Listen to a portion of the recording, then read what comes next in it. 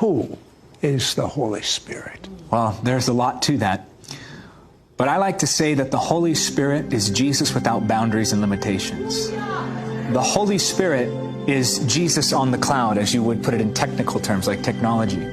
The Holy Spirit is the one who gives us boldness to evangelize. Think about what he did with Peter in Acts chapter 2. The same man who denied Jesus now boldly proclaiming the gospel. And for every time he denied Jesus, 1,000 people came to the Lord. Think about the Holy Spirit and how he stirs faith within the soul, causing us to believe for the miraculous in ways that we would not have otherwise believed. The Holy Spirit is the one who helps us to pray, because no man or woman, no matter how anointed they are, knows the way into the presence of God.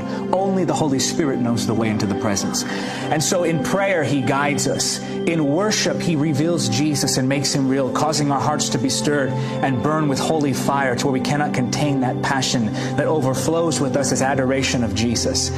The Holy Spirit is the one who helps us to walk in holiness. So for those who are bound and weighed down by the shame and the sickness that is sin, the Holy Spirit offers freedom. He is the Holiness Spirit, the one who breaks the power and the chains that, even those habits that people have had for years. He breaks those addictions. He breaks those bondages. The Holy Spirit is the one who delivers the captives from demonic oppression.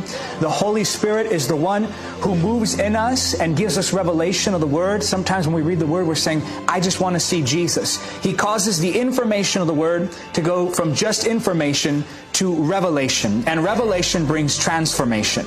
The Holy Spirit is the one who goes with us and gives us the words to speak when we don't know what we should say. In those moments where we're saying, Holy Spirit, help me. I don't know how to win this one to the Lord. I don't know how to speak. The Holy Spirit will stir within you words that come straight from the Father. The Holy Spirit is the one who opens the heart of the sinner, causing them to go from stubborn, stone-hearted individuals to people who bow before Jesus as Lord.